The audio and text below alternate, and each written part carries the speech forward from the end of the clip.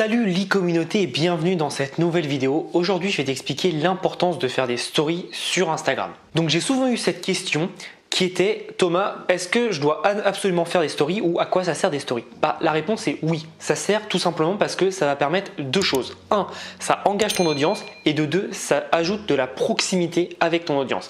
Je vais t'expliquer ces deux points, mais aujourd'hui, moi je te conseille sur Instagram en général de faire entre 10 et 15 pièces de contenu par jour. Si c'est plus, tant mieux, mais c'est le minimum 10-15 pièces par jour.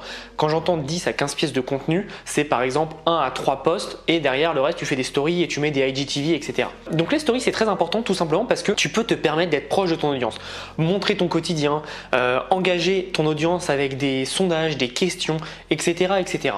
Et c'est très important parce que ça permet vraiment de rapprocher les gens avec toi, de te contacter, d'échanger avec toi et forcément ça prend tout le sens du réseau social puisque tu deviens vraiment social et sociable avec les gens. Par exemple, moi je te prends mon exemple personnel, je fais des vidéos là où je te parle et je te donne des théories, je te donne des conseils, des astuces pour développer tes business, mais tu es d'accord que ça reste que factuel. Je suis derrière ma caméra, j'ai pris le temps de monter mon trépied, ma caméra, mettre mon micro, etc.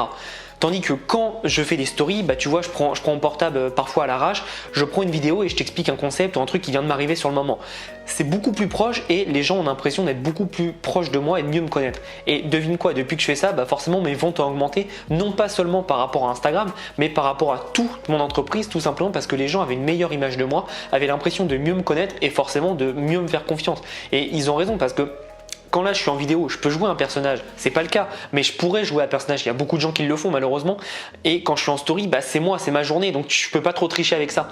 Et donc au final, les gens s'identifient peut-être à moi et commencent à devenir de plus en plus accros entre guillemets, c'est-à-dire qu'ils veulent voir ce que je fais, comment je travaille, etc. Donc tu peux montrer un peu les backstage de ton entreprise et je trouve ça vraiment très sympa de le faire. Si tu fais du e-commerce aujourd'hui, tu peux tout à fait faire des questionnaires, des sondages, montrer des images, faire des posts, etc. Tout est possible en story, tu peux mettre des photos, des vidéos, du texte, de la musique, donc tout est possible. À toi de jouer avec, voir ce qui se fait sur les comptes concurrents, mais il faut vraiment que tu fasses des stories tous les jours. C'est très important de faire des stories pour deux points. Le premier, comme je t'ai dit, c'est engageant, tout simplement parce que quand tu poses des questions ou des sondages, les gens vont y répondre. Alors tu n'auras peut-être pas 100 réponses par jour, Au début, moi j'ai commencé avec une réponse, parfois 0, après 2, 3, 4, 5 et ça commence à monter petit à petit.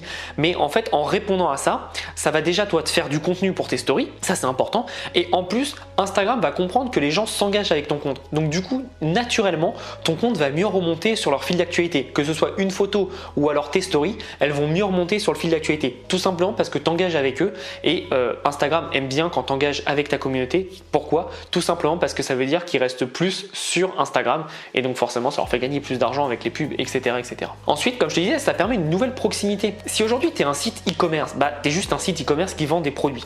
Tandis que si demain tu leur poses des questions, tu leur demandes des conseils, tu leur propose des sondages entre quel objet ils préfèrent, celui-là ou celui-là, tu vraiment t'intéresses à eux, la story va montrer que tu es proche. Et si par exemple tu le fais encore plus, mais je sais que personne ne le fera parce que les gens ne veulent pas se montrer, mais si par exemple aujourd'hui tu montres comment tu travailles pour choisir tes produits, quels produits tu as et par exemple tu commandes les produits chez toi, tu les reçois, tu les testes en story, etc.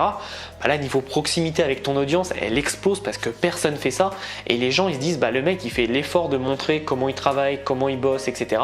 Et donc du coup c'est très intéressant. Moi je trouve ça super intéressant de faire ça parce que personne ne le fait et je te dis encore une fois, la story doit montrer un peu le backstage de ton entreprise et c'est très important d'avoir ce mindset là par rapport aux stories. Donc maintenant que tu sais pourquoi il faut faire des stories, qu'est-ce que tu dis dans tes stories? Alors il y a plusieurs types de contextes, de contenu à mettre dans des stories. Je te prends encore une fois mon exemple en business et en infoprenariat. Ce que je dis, c'est soit je donne des conseils, la plupart du temps c'est des conseils, soit je pose des questions, par exemple à des interrogations, des sondages. Est-ce que vous pensez qu'il vaut mieux faire ça ou ça? Est-ce que vous travaillez tel ou tel jour?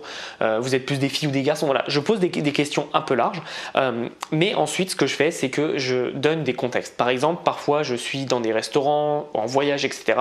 Je prends des petites stories pour montrer, pour partager un peu ma vie. Donc c'est un peu les deux choses différentes. En gros, il y a deux stratégies pour moi. Il y a la stratégie de contenu, c'est-à-dire proximité avec mon audience. Donc là, c'est les voyages, les restos, et je donne des conseils. Et derrière, c'est plus moyen de faire de la veille marketing, de faire des études de marché avec mon audience. Et donc là, je mets sondage. Je mets aussi des sondages là-dedans, mais dans la plupart de mes sondages, c'est par exemple analyser mon audience, comment ils m'ont connu, quand ils travaillent, qu'est-ce qu'ils font, quel est leur business actuellement, etc. etc.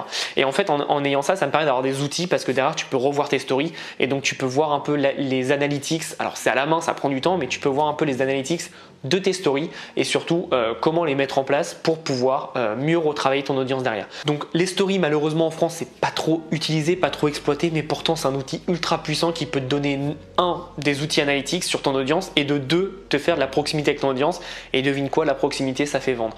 Donc pense à ça, mets-le en place, c'est très important. Et encore une fois, comme je te disais, plus tu vas faire des stories qui engagent, donc les gens répondent, répondent à ton sondage, répondent à tes questions, et du coup, tout simplement, Instagram va le comprendre et va le mettre en avant pour faire remonter tous tes posts et toutes tes stories sur le fil d'actualité de ton audience. Donc forcément, tu vas être beaucoup plus vu, sûrement beaucoup plus de partages, de tags, etc.